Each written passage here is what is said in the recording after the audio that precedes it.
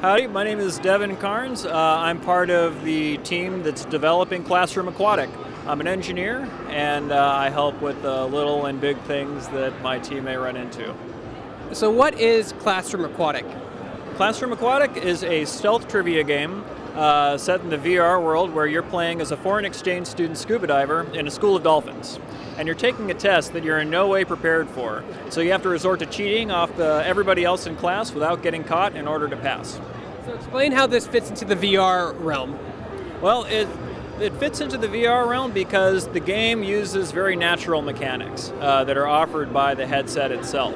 There's very little movement that you actually have to do in-game with your avatar. It's all done by you. So if you need a better look at somebody's test, you just lean in and you get a good look.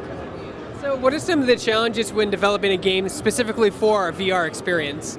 Well, there's the natural challenges involved with basically anything that's new technology. There's going to be concurrent development with the hardware developers and the software developers and the game developers that introduces hiccups in a lot of different aspects. But it's very hard also coming up with the right mechanics that make the game intuitive and inviting and non-threatening for people to try out, since VR is new to most people. So what has Sony provided in terms of tech and support for you to develop and design your game? Sony's been very supportive. They have their DevNet forums that are very responsive. We've been in contact with a lot of people who have had intricate work done on the headsets they're doing, and we've had multiple questions answered by people very fast. And the development for the PlayStation VR headset is very smooth, I gotta say. What does next-gen hardware and advances in hardware overall help you make your game? How does that help your game become a reality?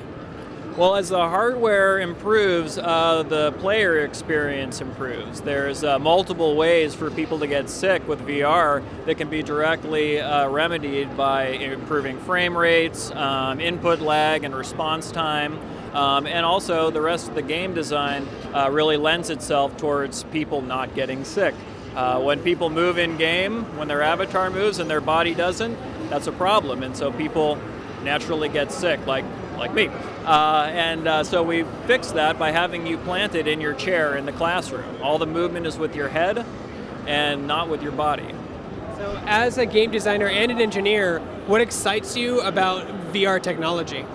I think there's more application than just in games. Natural extension of this game itself is a virtual classroom that can incorporate people from all over the world, lecturers that are presenting the same material simultaneously in different languages, and you can hit many countries that wouldn't normally be exposed to this kind of education. And beyond that, there's surgical application, there's tourism applications. Imagine taking a walk through waterfalls in Brazil from your own room. And when does your game come out, and when can people play it? You can play it right now. It's available as a demo on Steam.